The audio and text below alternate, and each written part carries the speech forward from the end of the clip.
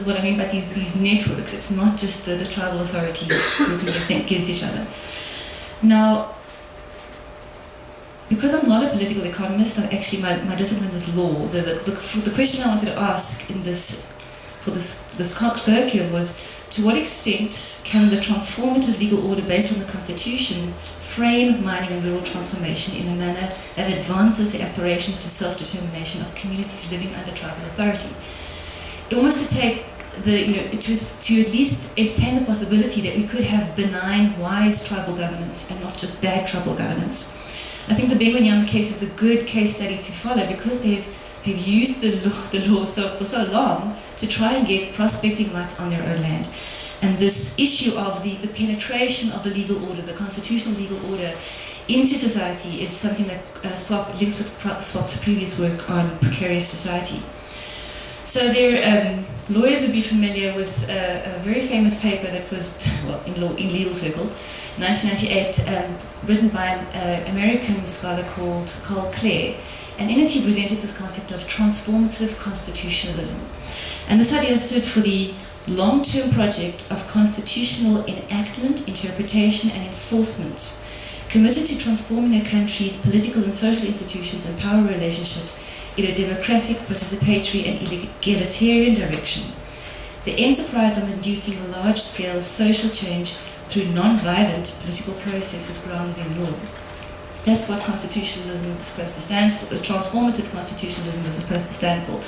And the concept has had a lot of resonance in legal circles to the extent that Dikgang Moseneke said in 2002, the transformative enterprise is of course a legal enterprise, and it occurs within the context of the law. Now, the courts, and I just out of interest did a search on how many times the courts in South Africa have used in our reported judgments the words transformation, transformative, transformational. And it turns out in our reported judgments in 1994 they've used it about 534 times, which is not actually so great because most of it is quoting other cases, so there's only really a handful of cases that really talk about transformation. But the substantive vision of transformation in the Constitution, I think it's good to remind ourselves of that. It's about substantive equality, the state affirming socio-economic rights, the alleviation of poverty, the possibility of horizontal application of constitutional norms, of decentralized, transparent and accountable governance and multiculturalism. This is the transformation vision we get from the Constitution. The Constitution was also praised for being self-conscious, that it was not set in stone, but something that could be changed over time, that transformation was almost a permanent ideal, but one that was both forward and backward looking, so that there was an ongoing process of redefinition of old and new. And one of the problems I think that was transformation in the mining industry is that it's going ahead with the new without taking up the old. Now, just thinking around transformative constitutionalism, what does it require? You know, it's not self-executing. So, thinking through what it would need. Firstly, elaboration. It would need elaboration in legal texts, statutes, and regulations that would translate the transformative vision into specific regulatory mechanisms in particular sectors. But there's a paradox in this, because while it reduces certain uncertainties, it also exponentially increases legal text. And everyone knows that legal text is open-ended, so you have a proliferation of what I call gaps, things that aren't taken into account of, amnesias, things that are conveniently forgotten, or linkages that are not appropriately made, and thirdly, conflicts. And then secondly, that we need, it's a case of seeing the legal text not as something that is there in itself, whose meaning is inherent, but that it codes a political compromise. Legal text codes complex political compromises, and Gavin has done a great job in explaining some of those around the MPRDA. But it also frames the subsequent skirmishes. And so a big part of my paper is looking at how communities are positioned in the MPRDA, the Mineral and Petroleum Resources Development Act. And then I go on to show how the law has framed the actions and the discourses of the government and the other players in this drama. Now, not only elaboration, we need transformative adjudication. So Claire's paper was around how the need for the legal profession to recognize that when you apply law, it's an act of performance. It's about working with a material that is not.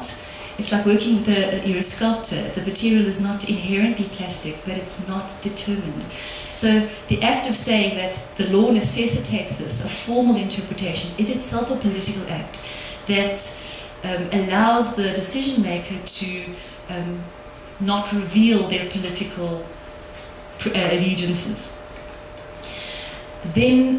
So that's where the main debate in the legal scholarship has been. And then the third thing that I want to add is that we also need transformative administration. And when I Googled this, I only got 8 hits. So I thought, wow, this must actually be something maybe somebody hasn't thought about yet. But between the law and the courts, there are thousands of public officials who take decisions every day whose actions are framed by the law just as much as the courts, and whose interpretation of the law could be, for many reasons, for myriad reasons, be subject to the worst kinds of formalisms, ignorance of the law, and that is where the main abuse, that is where transformative constitutionalism, I believe, falls down the hardest. And the Benkanyama case just proves that point. So that's the kind of frame I've developed for looking at the Benkanyama case. So the first part, I then say, okay, what about elaboration? The MPRDA has been identified as transformative legislation in the case of Agri's SA versus Department of Mineral Resources, which was the case that challenged the constitutionality of the MPRDA taking away old order mining rights. But in addition to the MPRDA, we now have an Amendment Act 49 of 2008. We have an Amendment Act that is now currently before Parliament, and in fact today is being discussed in the Parliamentary Portfolio Committee. And we have the 2 transformation charters of 2002 and 2010. And this creates a web of legal text that is a source for looking at how communities are positioned. And so what I did was just do a kind of standard down the line legal analysis. I won't bore you with the technical details that's in the paper, around the definition of community, and there's been a lot of tinkering around that. Secondly, how they're positioned in the transformational objectives of the MPRDA, and thirdly, how they feature in the administrative processes for transformation. Briefly, my findings are that the MPRDA, like it has in so many other ways, tries to define community on its own terms. So although it could link to the meaning of community, how it's defined in legislation that was specifically designed with a transitional or transformational objective, such as the Interim Protection of Informal Land Rights Act, or the Restitution of Land Rights Act. Both of those acts contain definitions of community. It doesn't. It defines community on its own terms. So there's an amnesia, there's an ambiguity about how the MPRDA links them with those pieces of legislation. Secondly, in terms of the transformational objectives, communities are interstitially and marginally positioned in terms of the transformational objectives. There isn't actually an objective that actively positions the community as something that we must build up, and the community and tribal authority to build up. They're invoked in terms of the definition of historically disadvantaged persons. So because of that link, that the opportunity should be expanded. But over time, there seems to be like a tinkering of the sections of the legal text that deal with communities. It seems as if the state can't really decide where they want to fit them. And then the third thing is that the communities are passively positioned in processes of consultation and collaboration. In fact, the consultation provisions don't even require the mining company to consult with the communities. The legal text reads with interested and affected parties. So again, another source of unclearness. However, there is one provision in the MPRDA that is interesting as a source of potential power for communities under tribal authority, and it's section 104. And it's headed the community preferential right to prospect. And it's this legal provision that the Benkanyama have dug their heels into to try and get the prospecting rights to their own land. So I'm going to give you a brief description of that provision and then go on to say, I think I'll only use one of the, I'm not sure about time, one of the ways in which the contestations around the meaning of the legal text have appeared. So section 104 says, any community, and the community that must therefore link back to the definition. The definition of community makes no reference to tribal authority. Tribal authority doesn't appear at all in the Act. Any community who wishes to obtain the preferent right to prospect or mine in respect of any mineral and land which is registered or to be registered in the name of the community, which is a lodge such application to the minister. A development plan is required, and certain criteria. The minister must apply certain criteria, such as the ability of the mining to contribute to the socio-economic development of the community, and that the benefits will accrue to the community. Now, the preference that this right apparently gives by being a community application needs to be understood in the context of how applications are processed under the MPRDA. Generally, it's first come, first served, and then if applications are received on the same day, historically disadvantaged persons must be given preference.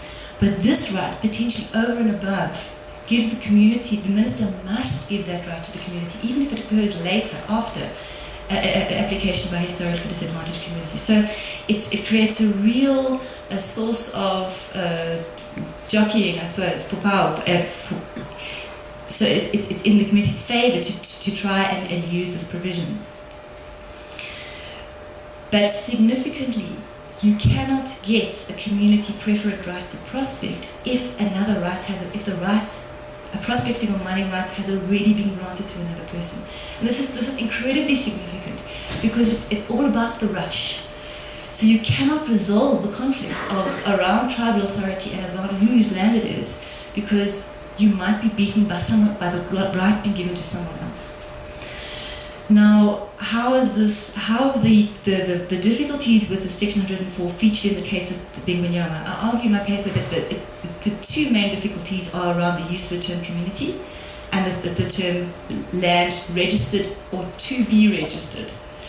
So taking the first one, land registered or to be registered, the history of the Bengwenyama's dispossession, they came to Sekakuni land, they're a chiefdom, they're a Swazi people in a predominantly Pedi area in the late 19th century. They were dispossessed of their possession twice on Eerste Geluk and settled on Nooitverwacht, which is an inhospitable and rocky and mountainous terrain. And then over the course of a century, again and again tried to petition first the apartheid government and then the Labour government to have the land returned to them. However, a rival tribal grouping, which has since been aligned with Genora Resources, the Rokapasha, through various wheelings and dealings, were able to have the Labour government pass a proclamation in 1989 that gave them authority over Eerste Geluk. And the Bengwenyama were incredibly upset about this. In 1996, Bengwenyama lodged a land restitution claim with the Regional Land Claims Commission in terms of the Restitution of Land Rights Act. The claim itself was gazetted in 2007, and then because of the changing of provincial boundaries, it was moved to the Limpopo office. Since then, no progress at all on that land claim has been made, so it's been in process for almost 13 years. Now, how has this featured in how Section 104 has been applied?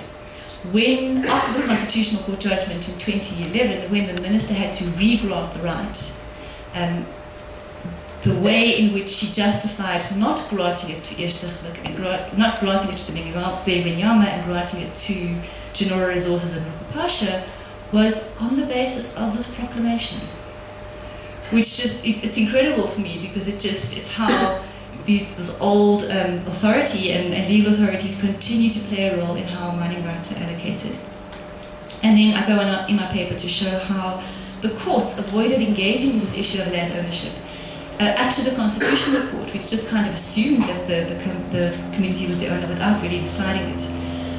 Clarity has only been given in the very latest High Court judgment.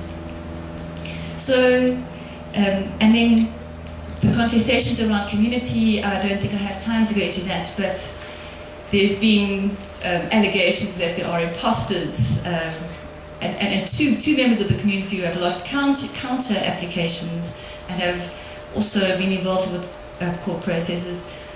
So unresolved conflicts about who has the right to represent the community, but we can't solve them because you've got to rush to get your right in. So in conclusion then, what I would say are the primary fault lines of transformative constitutionalism and mining and rural transformation as the Bengwenyama have experienced is that there are many overlapping simultaneous transformations at different levels of resolution occurring at the same time. Secondly, that the conflicts over land and tribal authority cannot be resolved because of the mining rush initiated by the MPRDA. Thirdly, that the elaboration of transformative constitutionalism in the MPRDA is itself riddled with gaps, amnesias and contradictions. and that communities are marginally and passively positioned by this legislation. Fourthly, that transformative adjudication is weak, that courts are reluctant and too easy to decide the case on procedural and formalist grounds. And finally, that transformative administration is frankly laughable, that the Department of Mineral Resources operates within the thinnest veneer of the law and often in flagrant disregard of it, and that the problems seem more concentrated in the regional offices, and there is a possibility of networks of corruption that link related offices, if you think about the land restitution claim and the mining rights. The cost of this, the cost of failing to resolve our contestations. Because Bewenyama ran out of money to fund the litigation, Forbes agreed to fund it. But then after they won their victory in the Constitutional Court, the chairman of the Community Investment Vehicle, which is Mike Nahan, was called to Canada, and they were saying, we're not going to fund you unless you increase our equity stake from 20% to 70%. And in the case of the Genora resources, if you look at how the judgment has also affected their cash status, they've been described as cash strapped in the media, and now the agreement that they've concluded with the Chinese that allows them to buy Genora resources, first option to buy Genora resources. While we fight over these things, other players are coming in and getting the lion's share. And so that, I think, is a concern. What vision of Platinum City do we want? Do we want one that's going to have Chinese pagodas serving pancakes with maple syrup, or something that's more South African?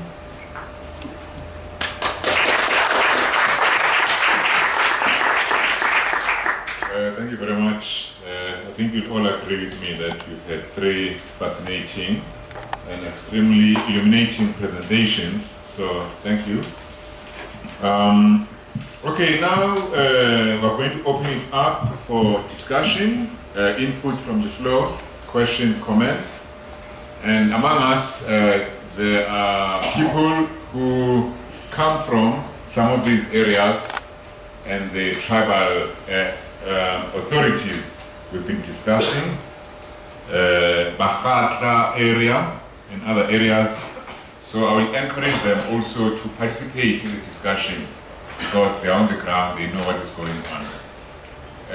So please raise your hands, try and keep your input short and civil. I think I will take 5 hands or 6, depending on I'll start with the woman. So Nobile, thank you very much for that. I think all of you, the presentations were very interesting. I just have 2 questions. One is, what legitimizes a version of customary law? What makes it legitimate or illegitimate? That's the first one. And the second one, I think it goes to pretty much everyone who's presented, and it's about these land claims and whether they address the plight of women, particularly when you're talking about traditional authorities and women land ownership issues. And I think Sonabile made references to Ama singles, basically people who are part of the community but are excluded because they are women. So I'm wondering, in these land claims, where does it address issues of women and land ownership? Thank you. Another hand. Thank you. Well, thanks very much for the 3 presentations. They were absolutely outstanding papers. 3 quick points, really. One to Gavin: is this conversion of royalties into equities something specific to this country case? Let's hope it is, because what you lay out is absolutely frightening. So we must keep it quiet and not generalise it. The second is this paper by Somavili is really fascinating. It's some fantastic illustrations of the struggles that are going on, not only between chiefs and companies and the collusion that's taking place there, but also amongst the youth. And I'm just wondering whether there's a way in which you try to understand or look at struggles and resistance within communities that are not driven through either kind of the chiefly functions or outside. In other words, what Ascent Bayat in other contexts has spoken about in terms of the everyday struggles of the ordinary. This cow sandwiched between 2 pipes. What happens to squatting? Where does the livestock go? Are there attacks on the companies? Is there sabotage of these companies? Let's have a feel for this kind of struggle and intensity.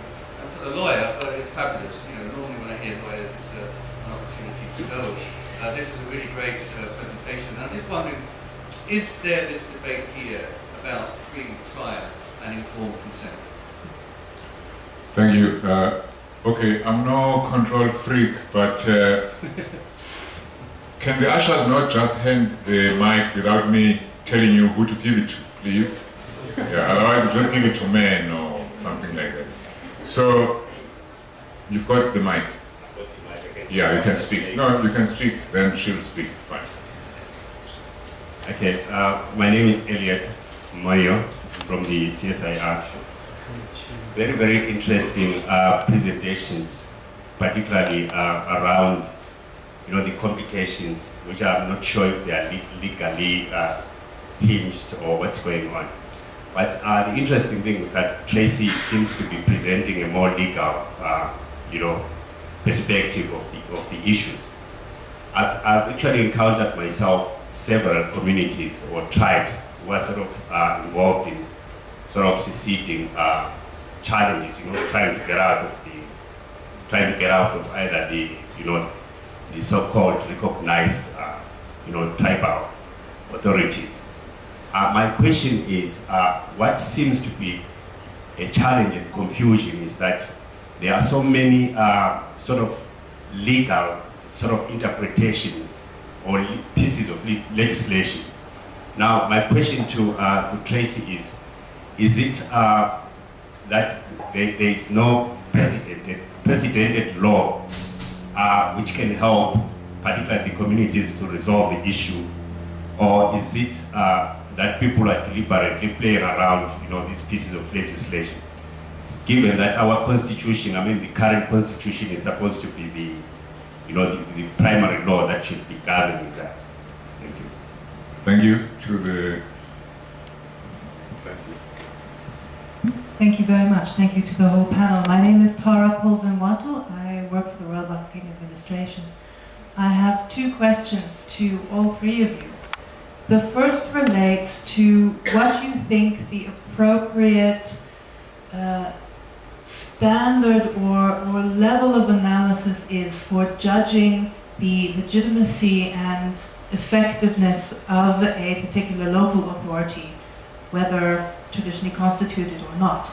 Is it a question of history and an assessment of the, let's say, the legitimacy of how history is built to a current institutional structure?